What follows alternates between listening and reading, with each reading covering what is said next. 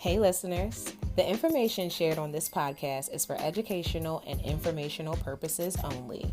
It is not intended as a substitute for professional medical advice, diagnosis, or treatment. Always seek the advice of your physician or another qualified healthcare provider with any questions you may have regarding a medical condition or treatment. Thank you. Welcome back to another episode of the Reveal It All podcast with yours truly, Victorious 23. Today, I am very, very anxious, but yet excited to really open myself up, as I always am opening myself up on this podcast, about my personal story with my health and why I have become very much an advocate for all of my fellow ladies, gents, and anyone who can hear my voice to become advocates for their own health as well, regardless of age, regardless of race, regardless of your family history. But for example, speaking to my own personal health journey, I have no family history of cancer, okay? Zero history of cancer. And I have had to deal personally with cancer twice in my lifetime. And I'm still living, pushing, thriving, baby. Okay, we good over here. We are very much on our survival ship. But I definitely want to make it very clear that although it's very important for you to know your family history, it does not exempt you from things that can possibly come into your life. And I am an example of that.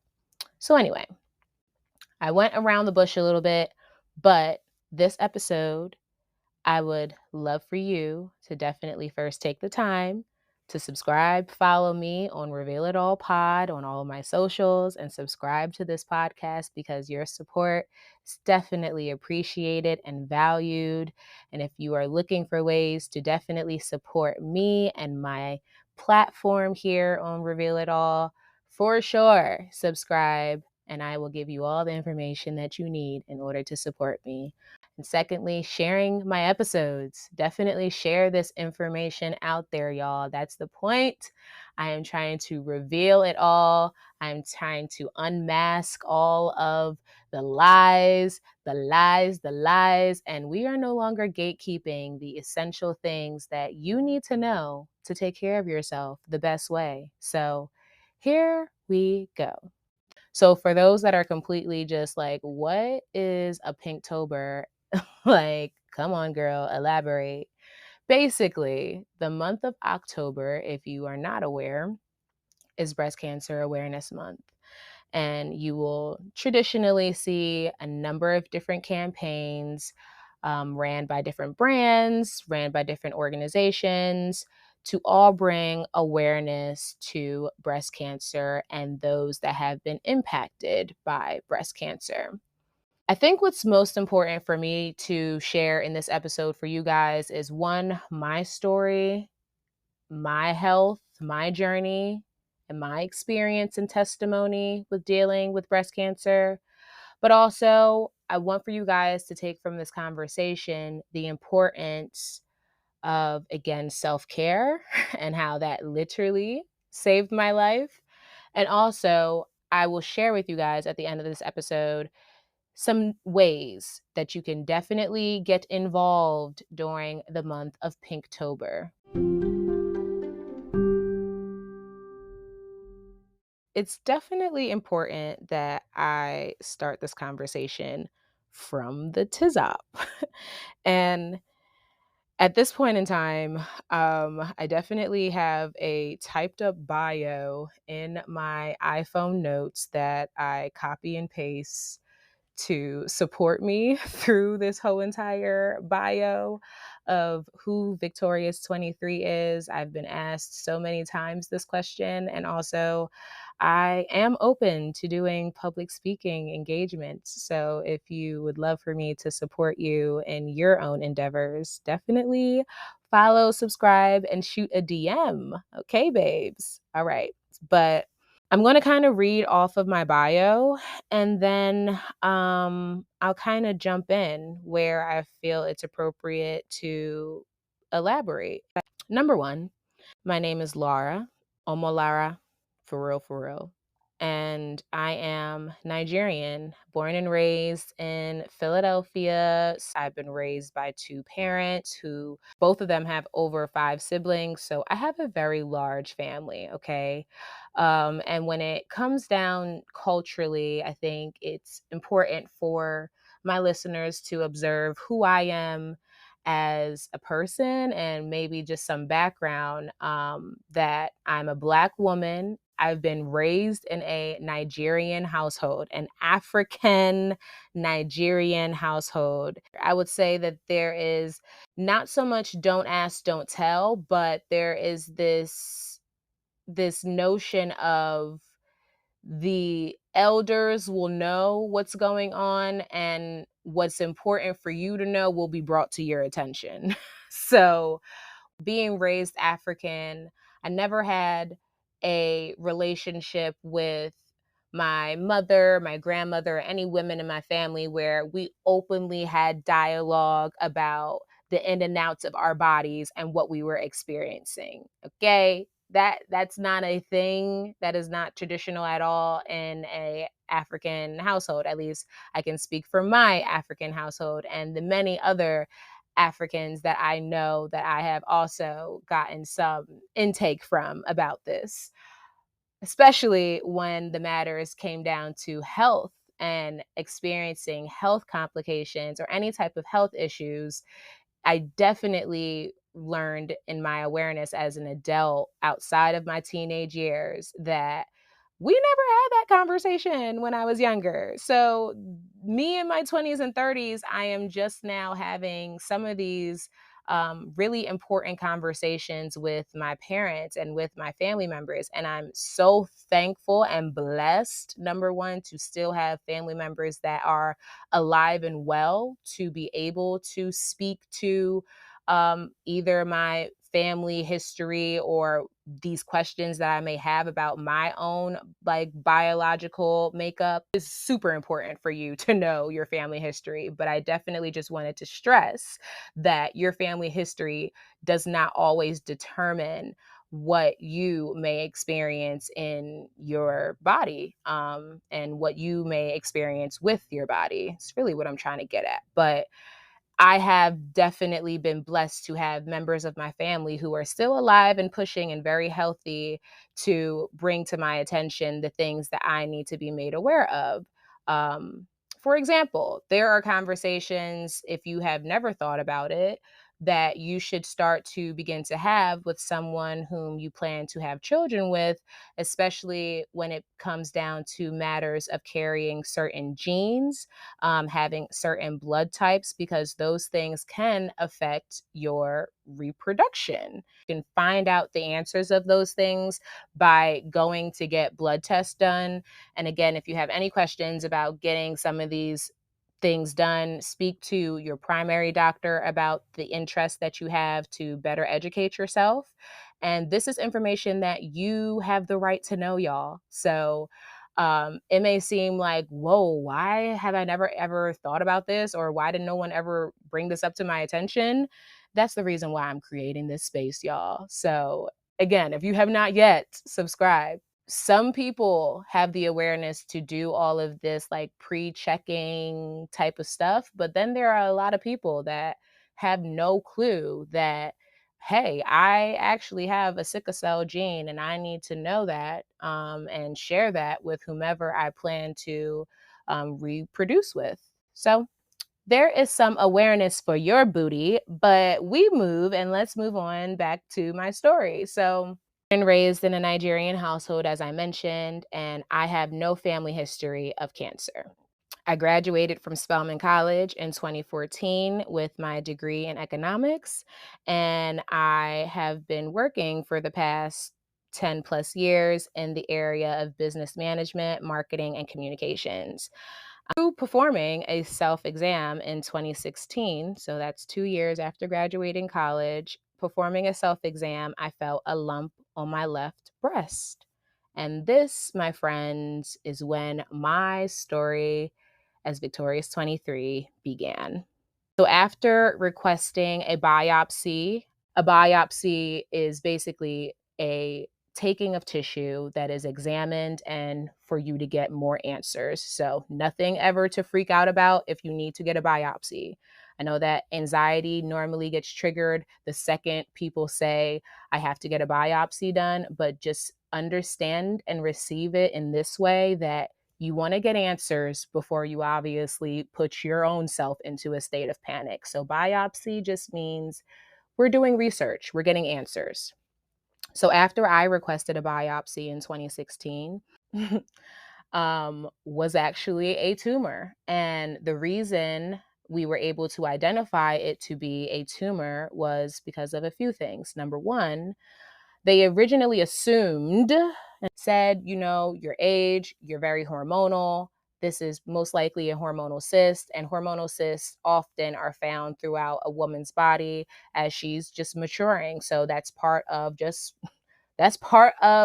what comes with having hormones, ladies and gents. They first told me, let's just watch and monitor this area for a few months. And when this mass still existed after a few months, that's when I was able to get a biopsy. Now, what was told to me is that if it was a hormonal cyst, this would have been a pocket in the body filled with liquid. They were able to identify, no, this is not a cyst, because we can actually see in office through a ultrasound machine that this pocket is something solid and is not something filled with liquid. So I want to bring this to my listeners' attention, okay? If you ever go in for an exam and it's a biopsy, right? Or there's an area of concern for you or for someone that you love, and they mention that it is filled with liquid, okay? That is actually a good sign, right? Versus it being solid.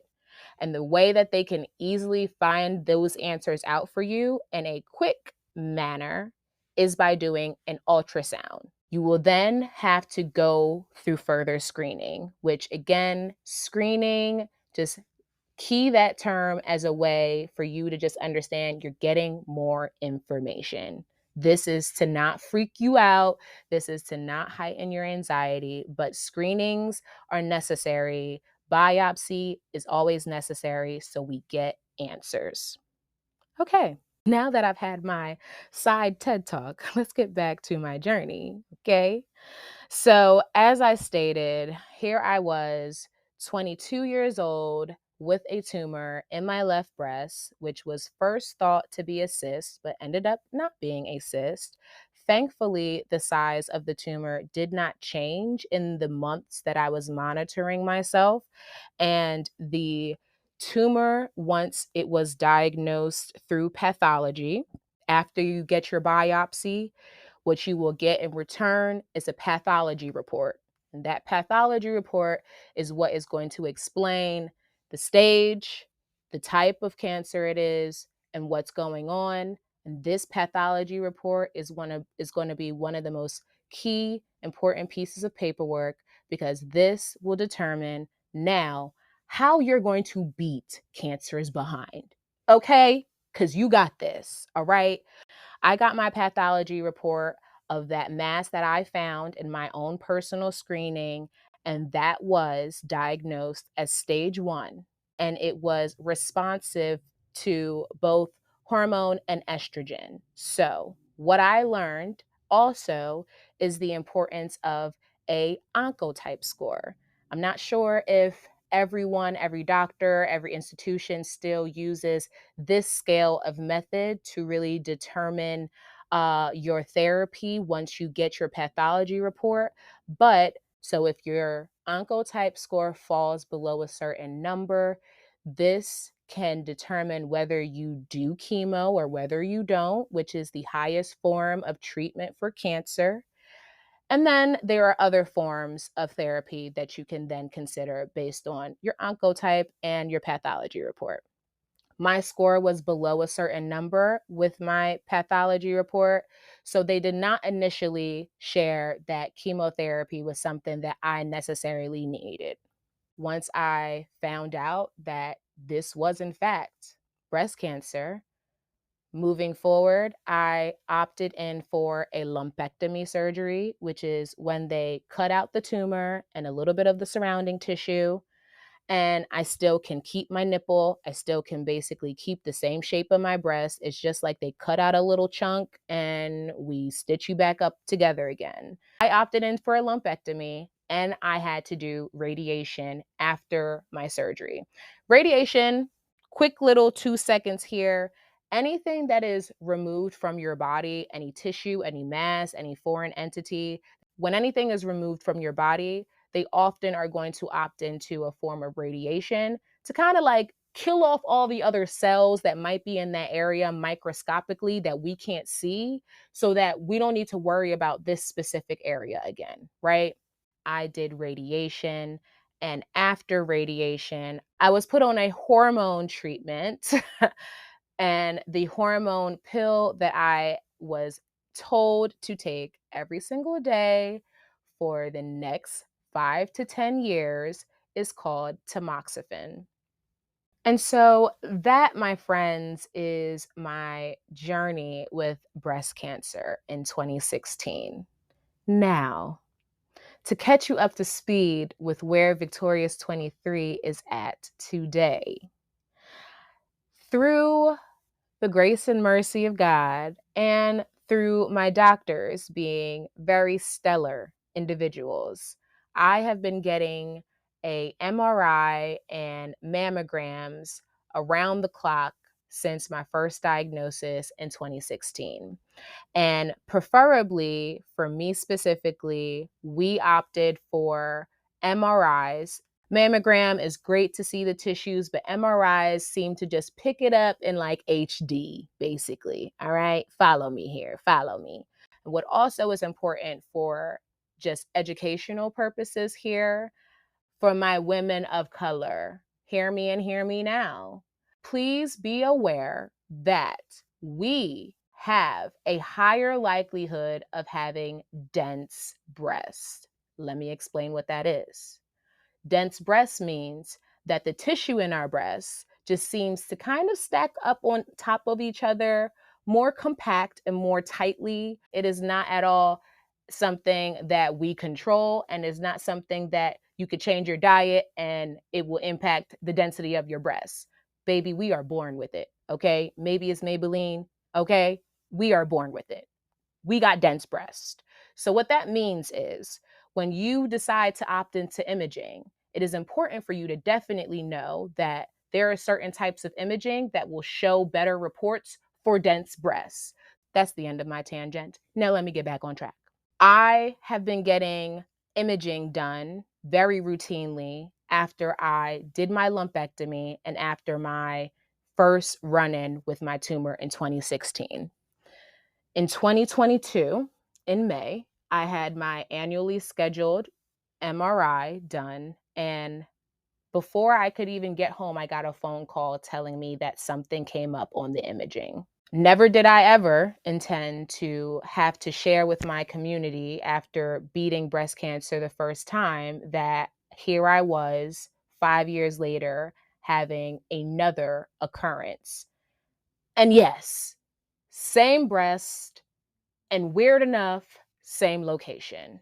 What is important to know about my journey today is that my first tumor was stage 1 and it was receptive to hormones and estrogen. My second tumor that I found in 2022, this pathology proved that this tumor found in that same exact area, y'all, was actually a completely different pathology from the first one. This had a pathology of triple negative, and this pathology being completely different from my first pathology is not normal. So here I am again in my 20s, having to deal with another mutation in my body with no explanation because I have no family history of cancer. This true fact, which is almost 80% of cancers found today are not passed down by family history. And when I found out that statistic, it kind of freaked me out because we often are always hearing in conversation when people are talking about cancer or talking about any type of health issue that, oh, you probably got this because your grandmother or your grandfather had this. But what happens when you have no family history of that? Now we're just going to say it's environmental reasons, the air, the water that we breathe.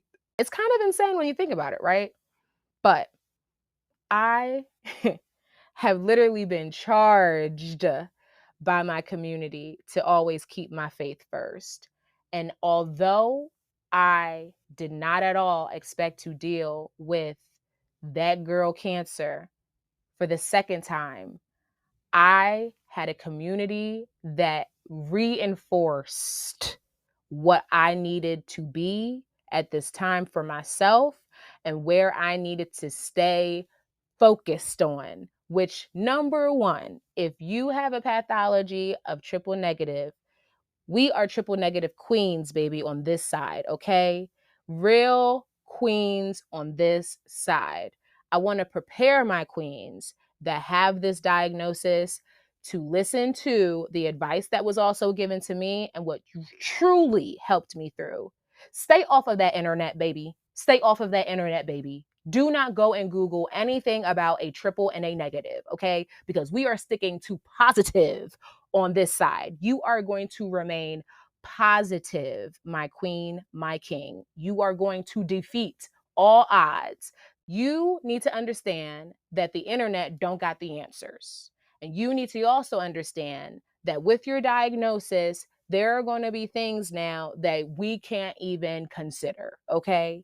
So the first time when I had the option of whether we do chemo or not, I did not have the option this time.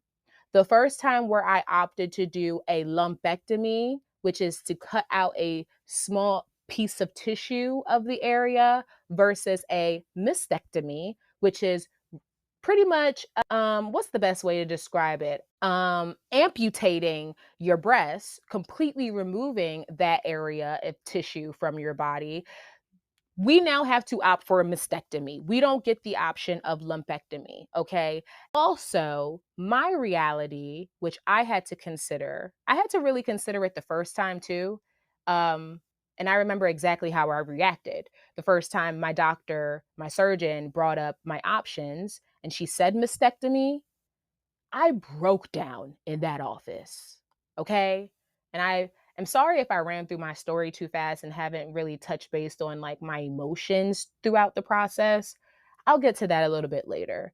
But I think that being who I am and understanding that I'm very much a realist as well, the first thing I had to obviously come to terms with when you hear cancer and hearing that there's an issue in a certain area of your body is like, what if I lose this area of my body? What does that mean to me, right? When I got my pathology in May of 2022 and understood that it was a completely different tumor and cancer, we had to act differently. This was not the same exact plan that I had in 2016. We needed to move forward with a different plan. This plan included chemo. This plan included possible radiation. This plan included a mastectomy, and this plan included reconstruction. I bring up possibility of radiation, and I bring that up first before I dive into the rest because you're probably like, why? Question mark. The question mark there is because I have previously already done radiation. What is important for you to know, for all those that hear my voice, you will definitely need to bring to your doctor's attention that you've previously had radiation done to this same area, because that too will now determine your form of therapy. I moved forward without radiation because I've already had radiation done to my left side.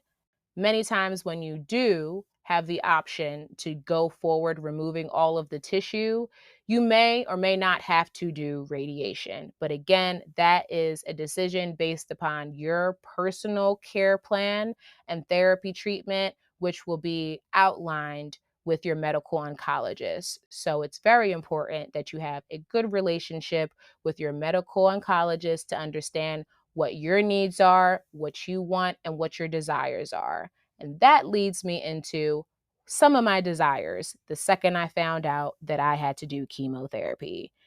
Number one, if you are a woman, it's definitely important for you to know that chemo can take a negative effect onto healthy tissue all over your body, and healthy tissue in your reproductive system. If you are a woman who is planning to family plan and you have gotten a diagnosis recently that requires you to take chemotherapy, I highly encourage for you to first tell those doctors to slow it down because you want to have babies. And that was part of my journey. I want to have babies. I want to family plan. And I cannot wait to be someone's mother and have my babies and family plan. What that required, I ended up deciding to do IVF before I started chemo. This was done in a matter of literally 3 weeks before I had to get a port placed into my shoulder collarbone, which is what they use to access for my chemotherapy treatment. So I'm basically giving you this breakdown to bring you in on how fast these things kind of escalated. Can't even get the words out. May, found out the tumor was there. June, I was doing IVF for the 3 to 4 weeks. The 4th week, last week of June, I was getting an egg retrieval surgery to retrieve the eggs that were matured enough to be retrieved. And I started freezing my eggs in 2022. I had no idea that this was going to be my journey, y'all, as a 29-year-old about to be 30, that I would be freezing my eggs. And that's the reason why I felt it was even more important for me to share my story in this adventure of women's health, because I had to open up all new avenues and learn about myself by force. And I feel that although it was by force, I still see so many blessings in all of this, because although I was not ready and wasn't even considering family planning that seriously, I'm so blessed and happy to know that, should I want to still explore this regardless, I got some eggs saved, right? And I think that a lot of women in my generation, like millennials in their 20s and 30s, that are not in relationships right now, we are definitely considering in real life, in real time, freezing our eggs, because just the world that we're in and maybe the dating pool at this point in time is not giving success. It's not giving success. It's giving we need a little bit more time. So we are really in this generation as women considering saving our eggs because it's just not seeming right. And so although that wasn't something that I felt was really why I wanted to save my eggs, I think as I look at the blessing from the eagle eye looking down at everything, I'm very happy. Number one, I had this option to elect and to do it, because there are women that may not have had this opportunity to save their eggs before they had to jump straight into treatment based on their pathology and what's going on with their cancer. But for me, in my home, I had that blessing, and I can speak to IVF in another episode. So definitely make sure that you subscribe.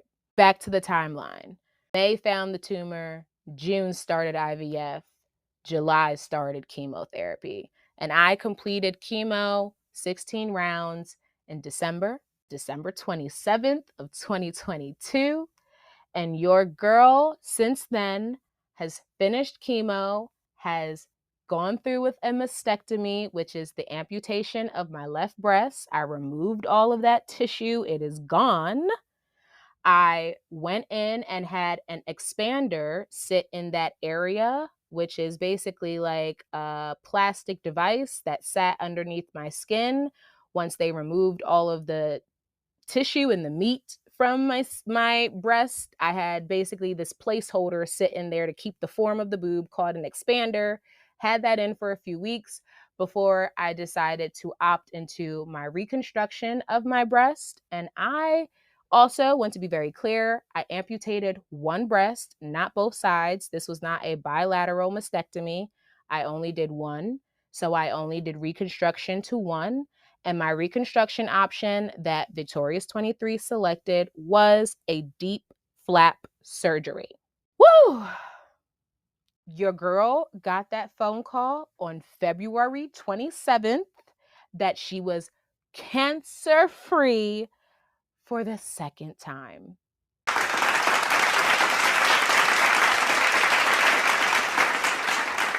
And I'm going to take a pause right there because I know I have said a lot. And I know if you have gotten this far into this podcast, I just want to say I love you. Thank you for being here and supporting me, because this story does not get easy to share at all. But I feel that every time I do share it, I know that someone is hearing it and receiving this and understanding how important, again, it is to be an advocate for yourself and understand that through the odds, my friend, you are special and you can be victorious. I created this platform to share my testimony, but I believe that there is a lot of people that just don't know the access that they have. And I'm going to work with y'all as a community in finding joy, because even though this is hard to hear and hearing my story may be very hard to digest, because it's even hard for me to digest sometimes. Like, girl, you really beat cancer twice? Like, really? That's your life story? Yes, babe. For real, for real. Like, no joke.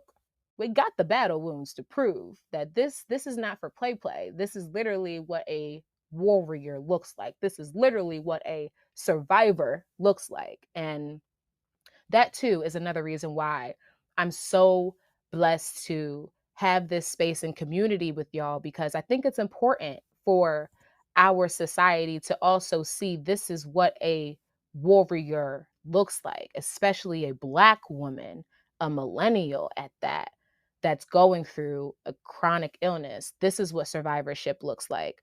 So, yes, that was a long-winded story about me, but I wanted to just highlight how I'm victorious at the end of it all. On February 27th, I found out I was cancer free for the second time. Since February, I've done my reconstruction. I currently am speaking to y'all looking down at the knockers, and they are cute, okay?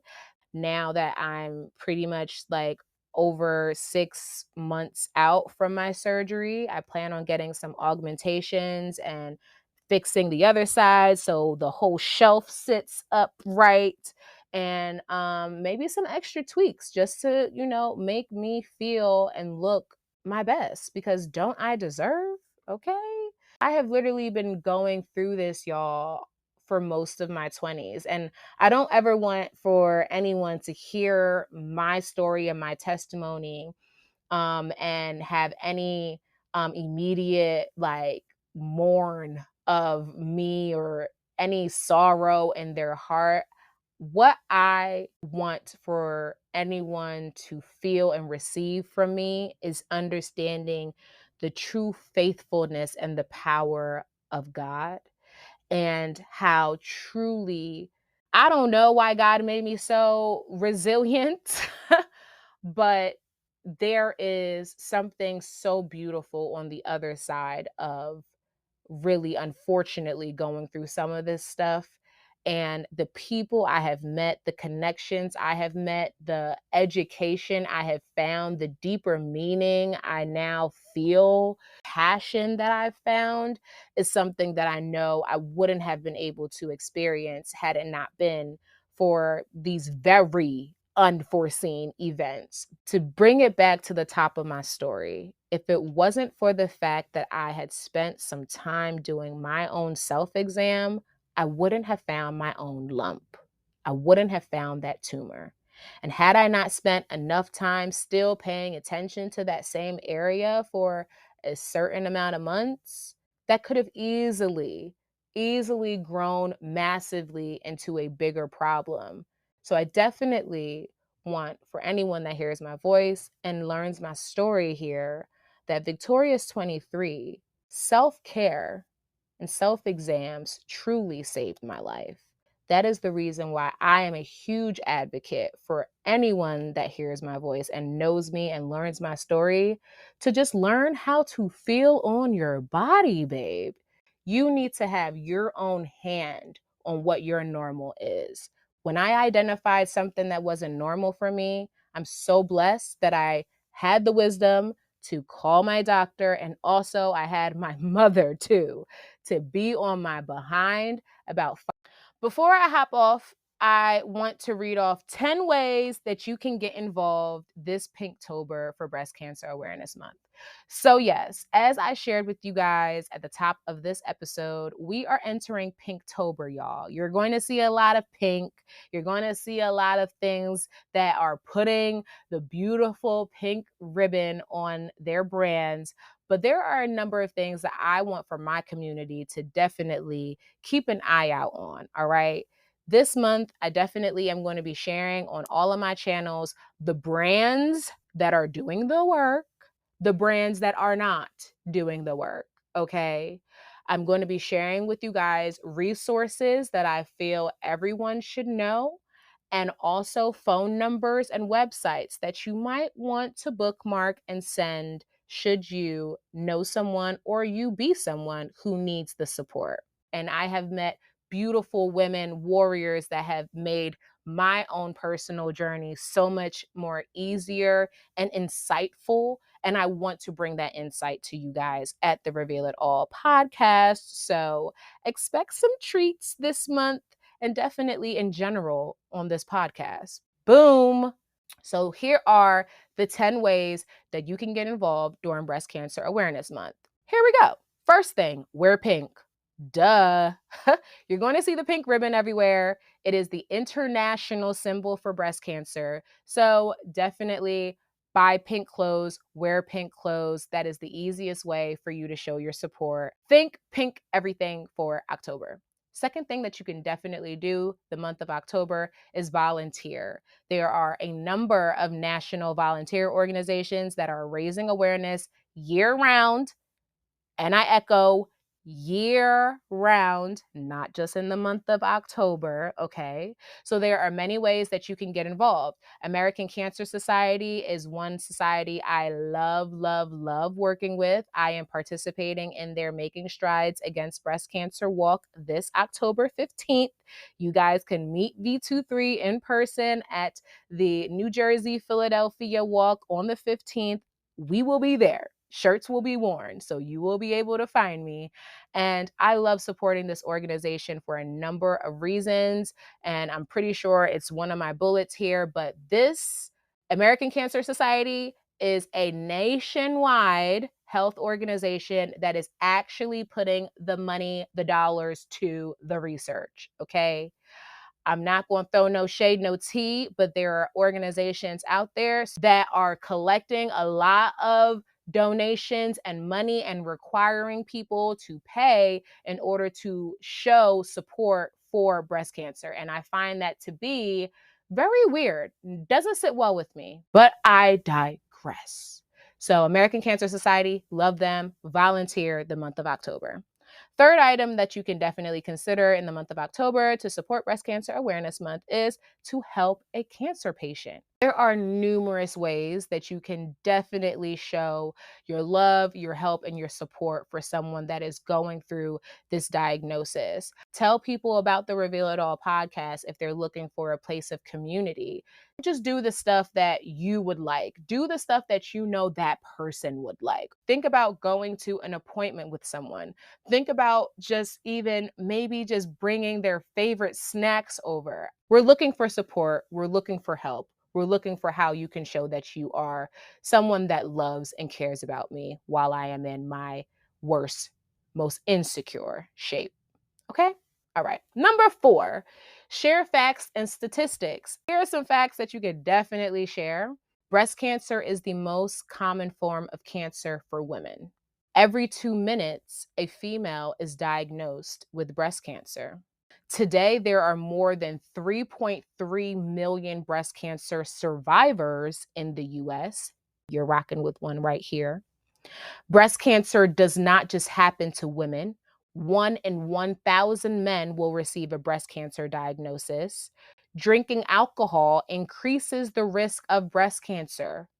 Only 5 to 10% of people diagnosed with breast cancer have a family history of the disease. I'm going to read that last one again. Only 5 to 10% of people diagnosed with breast cancer have a family history of the disease. So when they are over here saying, "Oh, what's your family history?" and only asking you that question, all right, let's move on to number 5. Educate yourself and others about cancer screenings. I am doing my best, y'all. Share my episodes. Share my episodes. Let me be actually very clear. I share my story here to also advocate for those individuals whom are in your teens, your 20s, and your 30s and your 40s, and you have a doctor or your insurance has the audacity to try and tell you that you are too young to get imaging. This bullet number 5, you must educate yourself and your community that there is no screening untouched to man. If there's a screening, you have every right to get it. Do not let anyone tell you, "Oh, you are not 50, 60, so you should not be getting a mammogram." Request that mammogram if you want that mammogram, and you find the doctor that's going to write you the referral, because that is all that you need, sweetheart. As long as you have a doctor that is down to write that referral and puts in the request for you to get that MRI, for you to get that screening, for you to get whatever you need, they got to do it.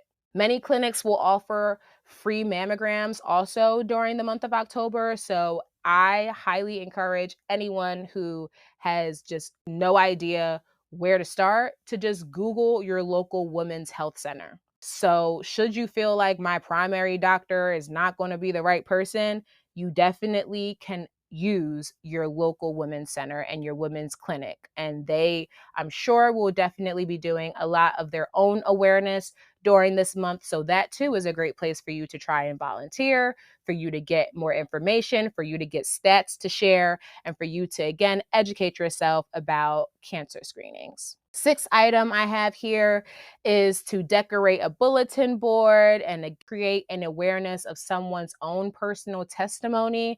I believe, again, in sharing your story and how that can create a completely new community. You just never know how someone's story can truly impact and tie and link you in your life and what that may mean to the next person. So just share and observe the fact that this is an important time for someone. It may not be specifically linked to you, but it might really be significant for someone else. A 7th way for you to support breast cancer awareness during the month of October is funding research initiatives. The National Foundation of Cancer Research, NFCR, is always seeking support. I also spoke to American Cancer Society. You want to just find the organizations that are directly linked to the research and putting money into the research, not putting money into the 3-day race. No tea, no shade. But we digress. Number 8, participate in a run or a walk. Item number 9 is to create your own fundraiser. And item 10 is to share some resources, okay? Share online guides, navigate your own personal audience to a place that can help. And again, just by you sharing resources, you never know what someone is going through, right? And it may just perfectly align with someone in your network. So don't block your blessings. Continue to share them. V23, I'm about to sign out here. I definitely left you guys with more than enough to soak in on this episode, but my testimony sits here in this episode. I am a 2-time breast cancer survivor. I would not be anywhere and would not be anything if it was not for whom I served and my community that kept me very sane and very focused and on my path to survivorship, to a clean bill of health, to the finish line. I have rang the bell several times the past few months, and it has felt literally like I feel ignited, like a flame is on. I am burning strong. I just feel that I am in my strongest state. 6 months out from surgery, I feel so great, so good. I have some other procedures up on the way. I will be bringing you guys along in the journey so you guys can understand, healing time and what recovery looks like after some of these surgeries and what to, do if this is in fact what you may have to observe in your own health journey as a woman. This space right here, this is for us. I don't want for anyone to feel at all that you are by yourself and that you don't have the information that you need to make good decisions for yourself. If you're looking for community, I highly encourage you to get involved with mine. I know that there are beautiful people that are linked to me, and I just want for that blessing to continue to pour into anyone that's looking for it. So I share my story because it may truly give something to the next person. And I've met people that have met me, that have been introduced to me, that have been told about me, and they meet me and they tell me, you are it, you are living it. And I'm like, yeah, girl, what other choice do we have but to live? All right. So I really want to leave this space with y'all to understand Pinktober is something very special to me. And it has completely turned into a movement for me now that I have personally had a link to breast cancer. But to be very, very clear, and I have always said this and reminded myself of this and have even written it down, cancer will never define who I am. I know who I am at the core, and I understand what has happened in my life. We've taken this lap several times in the past few months, and we continue to take this victory lap over here. So if you are not yet following, I don't know what you're doing. I don't get it, but I need for you to understand that we are sharing healthy gems on the Reveal It All podcast. We are encouraging one another to live outside of what a statistic may say. We are creating a community of better, wiser, smarter, healthier individuals. And I know that you already subscribed. I cannot wait to catch up with you guys in my next episode. So find ways to support us this Pinktober, and it can be just as simple as you subscribing to my podcast and sharing this to your network, okay? Don't just subscribe, actually share it. That's the actual assignment. Share my episode, and that, my friends, is how you yourself can get involved this Pinktober.